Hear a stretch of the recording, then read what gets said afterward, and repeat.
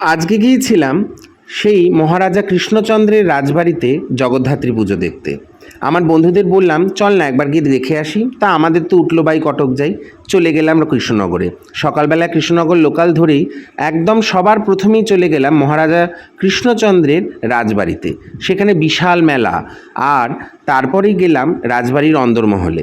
যদিও এখন অন্দরমহলে প্রবেশ নিষিদ্ধ, তবে পুজোর কটা দিন নাট মন্দিরে ওনারা আমাদের দর্শনার্থীদের জন্য সুযোগ করে দেন। রাজবাড়ির ভেতরটায় যখন ঢুকলাম, সত্যি যেন গায়ে শিহরণ দিল, গায়ে যেন কাঁটা দিল। এই রাজবাড়ির সেই দেওয়াল, সেই নাট মন্দির যেখানে একদিন মহারাজা কৃষ্ণচন্দ্র, গোপাল ভাঁড় তাদের কত গল্প শুনেছি, তারা হয়তো হেঁটে বেরিয়েছে।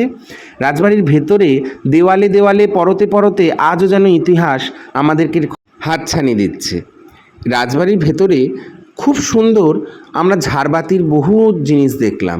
এছাড়া এই সেই মূর্তি যেটি মহারাজা কৃষ্ণচন্দ্র স্বপ্নে দেখেছিলেন, সেই ছোট্ট মূর্তি, লাল মূর্তি যুদ্ধাংদেহী যেন এগিয়ে আসছে তার দিকে, সেই মূর্তি দেখেই উনি এই পুজো শুরু করেন।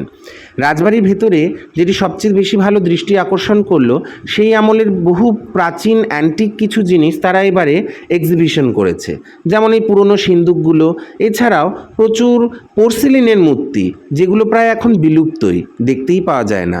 বিভিন্ন সেই মূর্তি, এছাড়া ক্রকারিজ, বাসন, পুরনো ঘড়ি, আসবাবপত্র, আয়না, আলমারি, এছাড়াও টেলিফোন, গ্রামাফোন, বহু ফটোস, তাদের পুরনো পূর্বপুরুষদের যে ছবি, সেগুলোও আমরা দেখতে পেলাম।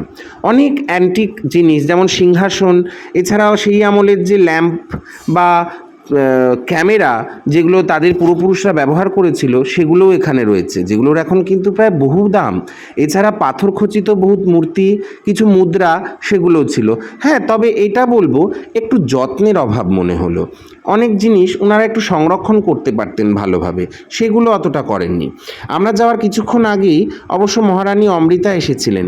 তিনি আমরা ঢোকার কিছুক্ষণ আগেই নাকি ওখান থেকে বেরিয়ে গিয়েছিলেন। এই দেখুন, সেই এখন যিনি মহারাজা মহারানী তাদের ছবি, তাদের যে পূর্বপুরুষদের সেই আমলের প্রিন্টিংস, ছবি, লিথোগ্রাফি যেগুলোকে আমরা বলে থাকি, সেগুলোও ওখানে রয়েছে। কি সুন্দর না বলুন? দেখে সত্যি মনটা জুড়িয়ে গেল। এই সেই রেপ্লিকা, যেখানে নৌকো করে ফেরার সময় এক ব্রাহ্মণের থেকে তিনি জগদ্ধাত্রী পুজোর নিদান পেয়েছিলেন এবং তারপরে পুজো প্রচলন করেছিলেন।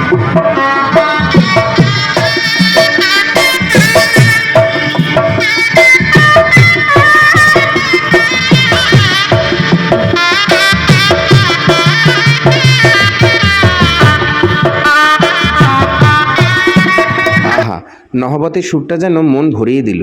তারপরেই আমরা ভ্যান ভাড়া করলাম, করেই আমাদের পরবর্তী ডেস্টিনেশন হলোই বুড়িমা দর্শন। সেই ভিড় ঠেলে লাইন দিয়ে আমরা অবশেষে বুড়িমা দেখতে গেলাম। বুড়িমার ওখানে গিয়ে আমরা সবচেয়ে যেটা মুগ্ধ হয়ে গেলাম, মায়ের রূপ, অপূর্ব সেই মায়ের রূপ। সে যেন মনে হলো আজকের আশাটা সত্যিই সার্থক। দেখুন, যেন আপনাদের মন ভরে যাবে। মা যেন সবার মঙ্গল করে।